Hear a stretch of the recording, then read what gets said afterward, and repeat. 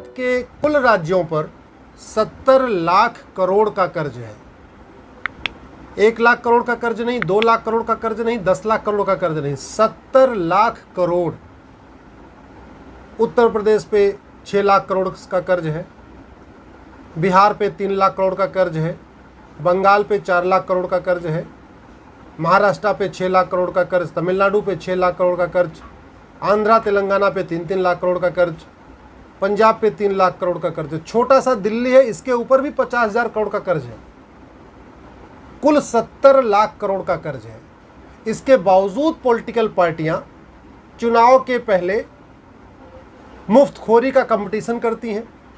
एक political party कहती है कि हम आपको मंगलसूत्र देंगे, दूसरी पॉलिटिकल पार्टी कहती है हम तो चेन देंगे, तीसरी पॉलिटिकल पार्टी कहती है हम तो स्कूटी देंगे, चौथी पॉलिटिकल पार्टी कहती है हम तो कैश भी देंगे।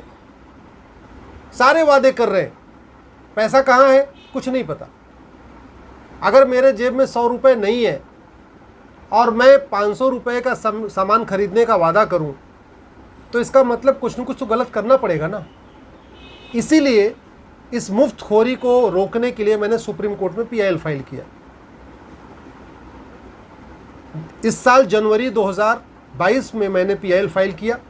सुप्रीम कोर्ट ने इस मामले को बहुत गंभीर माना और गंभीर मानते हुए इलेक्शन कमीशन और सेंट्रल गवर्नमेंट को नोटिस जारी किया। 6 महीने बीत चुके हैं, बल्कि 7 महीने बीत गए। 25 जनवरी को सुप्रीम कोर्ट ने नोटिस जारी किया था। आज तक सेंट्रल गवर्नमेंट का जवाब नहीं आया। इलेक्शन कमीशन का जवाब आया, उसने अपना हाथ खड़े कर दिए। इलेक्शन कमीशन कह रहा है कि हम तो ये जो मुफ्तखोरी इसको रोक नहीं सकते, हमारे पास कानून बनाने का अधिकार नहीं है। सेंट्रल गवर्नमेंट का भी जवाब नहीं आया। आज ये मैटर सुप्रीम कोर्ट में लगा हुआ था। मैंने सुप्रीम कोर्ट से कहा कि इलेक्शन कमीशन झूठ बोल रहा है। इलेक्शन कमीशन के पास मुफ्तखोरी रोकने की पावर है। पॉलिटिकल पार्टियों को सिंबल इलेक्शन कमीशन देता है। तो ये सामान्य सी बात है कि जो व्यक्ति कुछ देता है उसके पास लेने की भी पावर होती है। इलेक्शन सिंबल पॉलिटिकल पार्टियां देती हैं, पॉलिटिकल पार्टियों को इलेक्शन सिंबल इलेक्शन कमीशन देता है, इसलिए वो सिंबल वापस ले सकता है। किस पॉलिटिकल पार्टी को स्टेट की मान्यता मिलेगी, किस पॉलिटिकल पार्टी को नेशनल पॉलिटिकल पार्टी की मान्यता मिलेगी, ये भी इलेक्शन कमीशन तय करता है। तो यानी जो पार्टियां मुफ्तखोरी को बढ़ा रही हैं उनकी जो मान्यता है वो भी इलेक्शन कमीशन रद्द कर सकता है। पॉलिटिकल पार्टियों के सिंबल को भी इलेक्शन कमीशन सीज कर सकता है। लोगों के चुनाव लड़ने पे बैन भी कर सकता है। ये पावर है उसके पास, लेकिन वो अपनी पावर यूज़ नहीं करना चाहता। दूसरी तरफ सेंट्रल गवर्नमेंट में कई बार ये बात होती है कि मुफ्तखोरी ठीक नहीं है, लेकिन कानून सेंट्रल गवर्नमेंट ने आज तक नहीं बनाया। इसके पहले भी सुप्रीम कोर्ट ने एक बार बालाजी केस में कहा था कि आप मुफ्तखोरी रोकने के लिए कानून बनाइए, कानून नहीं बना। इलेक्शन कमीशन को कहा था मुफ्तखोरी रोकने के लिए गाइडलाइन बनाओ, गाइडलाइन नहीं बनी। तो आज मैंने यही कहा कि अब ऐसे बात बनी नहीं बनेगी। पॉलिटिकल पार्टियों की मान्यता रद्द करने, कैंडिडेट के चुनाव लड़ने पे रोक लगाने के लिए एक गाइडलाइन ज़रूरी है, सुप्रीम कोर्ट का डायरेक्शन ज़रूरी है।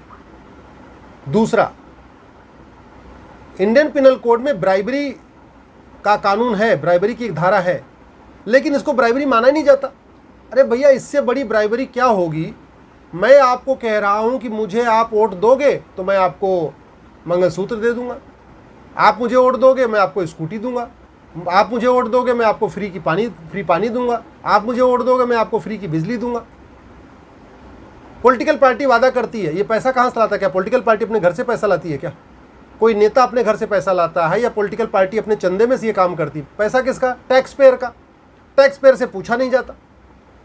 5 करोड़ लोग टैक्स देते हैं, उनसे एक बार नहीं पूछा जाता कि आपने जो टैक्स दिया इसको हम कहाँ खर्च करें, कैसे खर्च करें, फ्री की रेवड़ी बांटें कि नहीं बांटें, फ्री का मंगलसूत्र दें कि नहीं दें, कोई नहीं पूछता। पैसा टैक्स पेयर का मालिक बन के बैठे हैं पॉलिटिकल पार्टियाँ, जो मन करते वादा कर देती हैं, और ये भी नहीं देख रहे हैं कि देश की कंडीशन क्या है।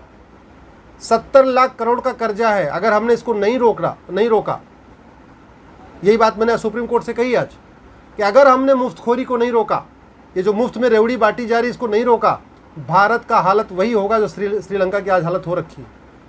श्रीलंका में भी मुफ्तखोरी पे लगाम नहीं लगाया गया। श्रीलंका में रेवड़ियाँ जो बांटी गई थी मुफ्त में, पॉलिटिकल पार्टियों ने बांटा, उसको नहीं रोका गया।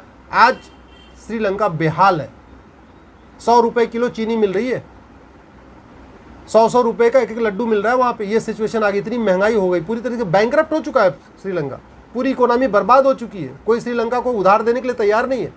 भारत भी जो उधार लेके रेवड़ी बांट रहा है, ये कब तक कौन उधार देगा? कब तक वर्ल्ड बैंक उधार देता रहेगा? कब तक अमेरिका उधार देता रहेगा? कब तक लोग बाहर से उधार देंगे?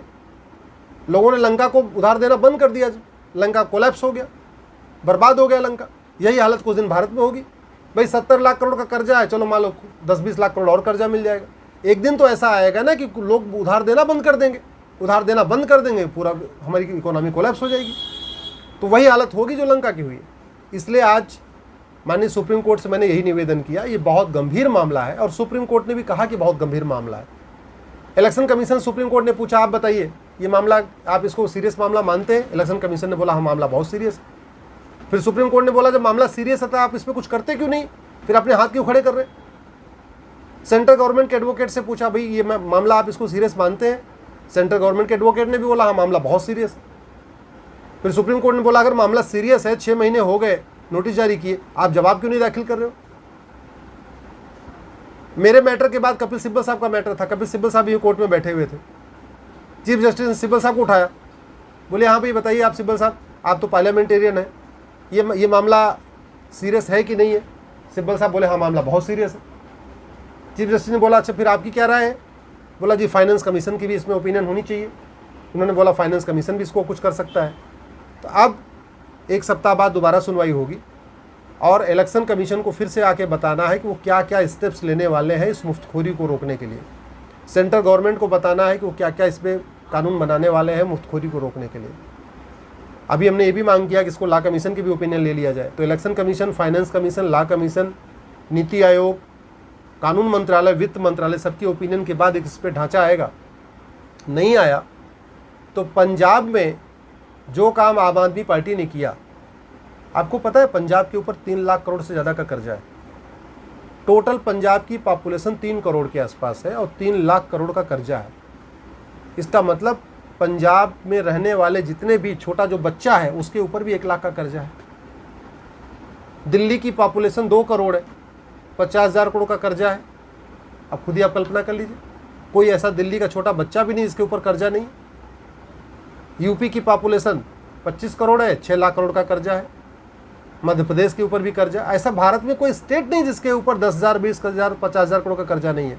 ज़्यादातर राज्यों पे तो भाई हमारे देश में आप समझो ना 70 लाख करोड़ का कर्जा है। चाहे वो बिहार हो या बंगाल हो या यूपी हो या बिहार आपका झारखंड हो, छत्तीसगढ़ हो, सारे राज्यों पे कर्जा है। लेकिन पॉलिटिकल पार्टियां ये जनता को बता ही नहीं रही हैं। वो मुफ्त की रेवड़ी बांट रही हैं लेकिन ये नहीं बता रही हैं ये रेवड़ी जो हम आपको खिला रहे हैं ये हम उधार लेके खिला रहे हैं। भाई उधार लेके घी पीने से अच्छा, उधार लेके अच्छे कपड़े पहनने से अच्छा है भैया उधार मत लो, जितनी अपनी चादर उतना पैर फैलाओ।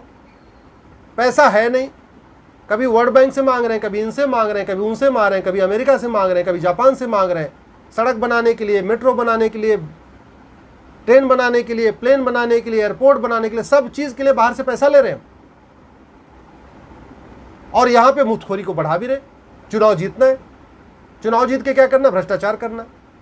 70 लाख करोड़ का कर्जा है, 70 लाख करोड़ का बजट है। इस बजट का 20% हर साल घूसखोरी, कमीशनखोरी, दलाली में जा रहा है। आपने देखा होगा भी बंगाल में, बिहार में किस तरीके से बंगाल के ऊपर भी 4 लाख करोड़ का कर्जा है और मंत्री 20-20 करोड़ अपनी महिला मित्रों को दे रहे हैं। जिस राज्य के ऊपर इतना बड़ा कर्जा हो उस राज्य का एक मंत्री अपनी महिला मित्र को 20 करोड़ रुपए उसके घर में मिला है। अभी भगवान जाने टोटल कितना और पैसा होगा। 20 करोड़ तो कैश मिला है। अभी पता नहीं कितनी पेट्रोल पंप होगी, कितनी और उनके फैक्ट्रियां होंगी और क्या क्या उनके पास और प्रॉपर्टी में लगा होगा। हो सकता है कोई शॉपिंग मॉल भी हो सकता है प्लॉटें भी हो सकता है फ्लैट भी हो, भगवान जाने और क्या क्या होगा, वो तो जांच में पता चलेगा। तो इस देश के नेता, जो देश खुद बदहाल है, जो देश खुद इसमें फटेहाल है, जो देश खुद कर्ज में डूबा हुआ है, सारे राज्य कर्ज में डूबे हुए हैं, लेकिन नेता सत्ता की खातिर लगातार मुफ्तखोरी बढ़ा रहे हैं। और सत्ता क्यों चाहिए? सेवा करने के लिए नहीं चाहिए, सत्ता चाहिए और लूटने के लिए। और ज़्यादा जो है, जो कर्ज लेके आ रहे हैं उसको भी और लूट कर अपने घर में रखने के लिए। सत्येंद्र जैन का आपने देखा दिल्ली में, ईमानदार, कट्टर ईमानदार, अभी तक जेल में बंद हैं, हवालात में चल रहे हैं। हवाला का धंधा करते थे, कट्टर ईमानदार थे, हवाला का धंधा कर रहे थे। अभी आपने दिल्ली का देखा, शराब के ठेके में क्या क्या कहानी हुई है, सीबीआई जांच चल रही है, कुछ दिन बाद पता चलेगा कि जो दलाली हुई इसमें किसने किसने लिया।